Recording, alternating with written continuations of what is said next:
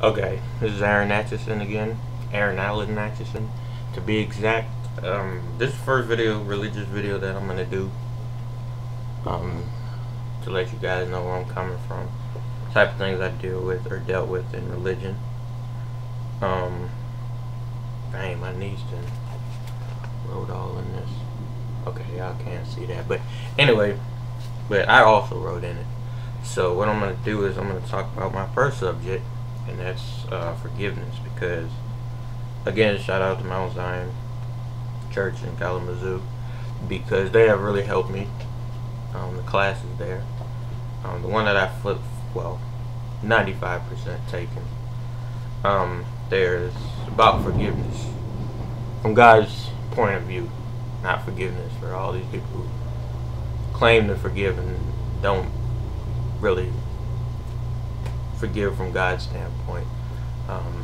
This is a book I got. I'm trying to so y'all can see it. Hold on. It's called Total Forgiveness by R.T. Kendall. It's a really good book. I think it is. Very good points. It's by, okay, I just said R.T. Kendall, but it's a really good book. So I really wanted you guys to know about it. If you guys are interested, it's called Total Forgiveness. Again, I'll show it to y'all. Total Forgiveness. Here it is, bottom of it. A couple of things I want to start out with. From my point of view, let's start with the forgiveness. There's a couple of people I had to forgive in my life.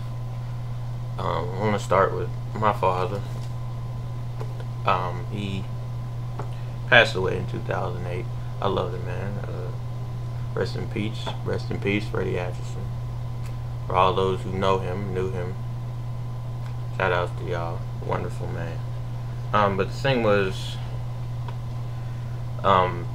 with me and him, I know he's had other daughters that he's made mistakes with, but just like every man, we all make mistakes. I know I've made mistakes with people I love. But the thing is, with me and him, like,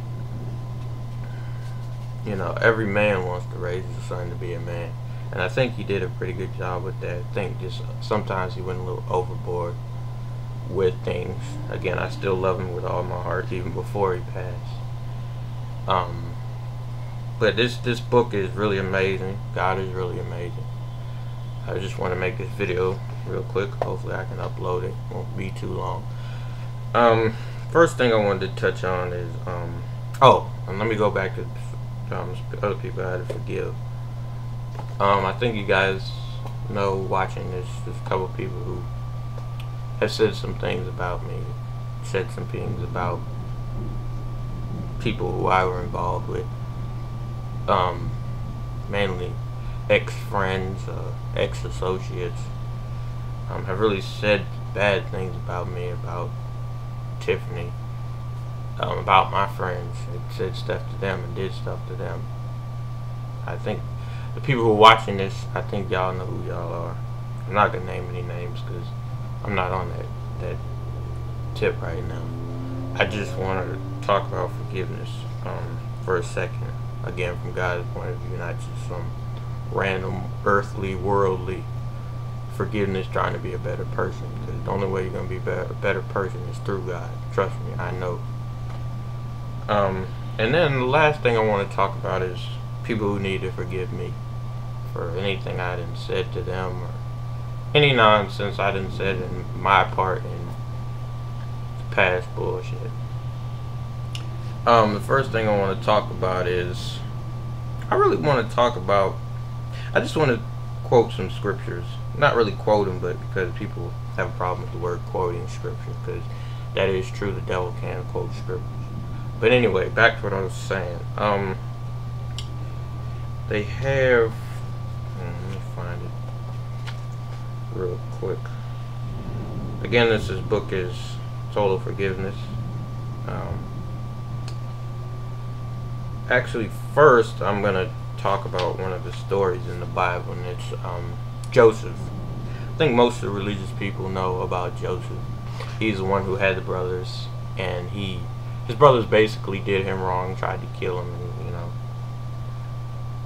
uh, set up some things about him and really tried to destroy him. And when they basically the story goes is that his brothers sold Joseph into slavery. They wanted to kill him, but they couldn't do that. And then while he was in slavery, he met a queen, and then she disrespected him and got him in trouble and thrown in jail. But through all this time, God was with him, and God really helped him through. And if you guys are looking through for this story, actually, that's in the Bible, it's Genesis chapter 45, I think it is. If not, you can look it up. Don't really have time to go and look for it. But anyway, back to the story, and through this whole story, Joseph could have been really bitter. You know, could have been like, you know what, I'm tired of all these people trying me. I'm tired of all this nonsense. But, you know, God really helped him to see where he could be and where he was going to be. Now, as the story progressed, you know, after all this stuff that happened to him really progressed, the thing about Joseph is that he's a very bright person, and he really knew, but he was very cocky. So the Lord had to work on his heart. And by the end of the story, he had told the Pharaoh of Egypt what to do because he had a dream. And you guys, all the people you know out there, have the story about Joseph, and you know that he had the dreams because God spoke to him. So after he talked to the Pharaoh, Egypt ended up having a surplus instead of the famine that they were supposed to have. And then the king promoted him to, I think, some high position. And so his brothers came back to him not knowing who he was, and then he told them, and they were scared. But the thing is, Joseph had told them that, you know, you meant this for bad, evil, but God meant this for good. And so he told his brothers not to be afraid, not to be scared. He's going to help them out. And the thing is, like, that, me personally, I think this book's also, R.T. Kendall also talks about this, is that, you know, no matter what people do to you, you can mature past them and help them in the future. Because, you know, we all sin. I don't care who you are, unless you're Jesus, which nobody out there is known as Jesus right now, because he hasn't come back yet. And that's the other thing about it. I'm going to do another video about the Revelations. But anyway, let's get back to topic. So that's the thing. It's just like God really worked on Joseph's heart. And so with that, he really helped his brothers out and said, you know, I'm not mad at you guys. I love you guys. And they were really happy about that. They were scared. They're still a little confused and everything. And another thing was that he did, and this book mentions, is saving face. I don't know if you guys know what saving face is. It's basically where, you know, if somebody does something wrong to you, and then you come back to them, like, you don't hold that issue over their face or over their head, and you don't make it an issue with them. Like, you know, somebody like, I don't know, killed one of your family members 2-3 years ago, and then, you know, you see them on the street or whatever, and you see them suffering, you go to them and be like, you know what, I forgot about that. Because that's what God does to us. We insult him probably, I don't know, 1,000,000 times a day, but he looks at it like, what are you talking about? You know, with me personally, everybody calls me a hypocrite because I talk about people and I still do these things. Yeah, I do, because I'm only human, and we all, like I told people before, all Christians are hypocrites. All humans are hypocrites. So when you call somebody a hypocrite, really know what you're talking about. I really understand that we all are, because we all make mistakes. So understand that from forgiveness point of view. Like I said, I don't care what the person has done to you. You know, I'm just being real with y'all. So the thing about saving face is, if you see somebody that you know did something wrong, you don't hold it over. You just be like, you know what, that's cool. You know, I think we can mature past this and continue on. Again, and I'm still working on saving face. I mean, stuff that people have said about me, you know, stuff I've said about people. You know, some people still hold that against me a year later, but it's just like, I really think you guys should really work on forgiveness, because it's a wonderful thing. they have a scripture in here. I think it's Luke 23:34. It says, "Forgive them, Father, for they know not what they're doing." And that's what Jesus said about the soldiers that when he was being crucified, or he was crucified. He said that about them because they really didn't know the damage that they were doing to God and to Him. But just like Jesus, just like being Jesus, He forgave them because He knew about forgiveness. And yes, this was after Joseph. So Joseph was in the first book of the Bible. So you know, that's just one scripture that I'm gonna give y'all. And I know a lot of people have been saying that, you know, I quote scripture a lot now or whatever, and that's one of the ones that I have used because people have said things about me and they didn't really know what they were doing, because I wasn't trying to annoy them. I wasn't trying to do whatever, you know, argue. I just wanted to be real with them, you know, and I just wanted to be real and say something that, because whatever anybody does to you, they really don't know what they're doing. People out there, they don't. So I'm gonna be honest or whatever. Trying to find another scripture in here. I really should be looking in my Bible. It says, hold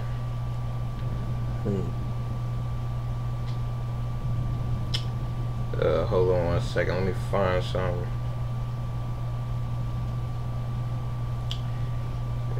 There's lots of forgiveness verses in here.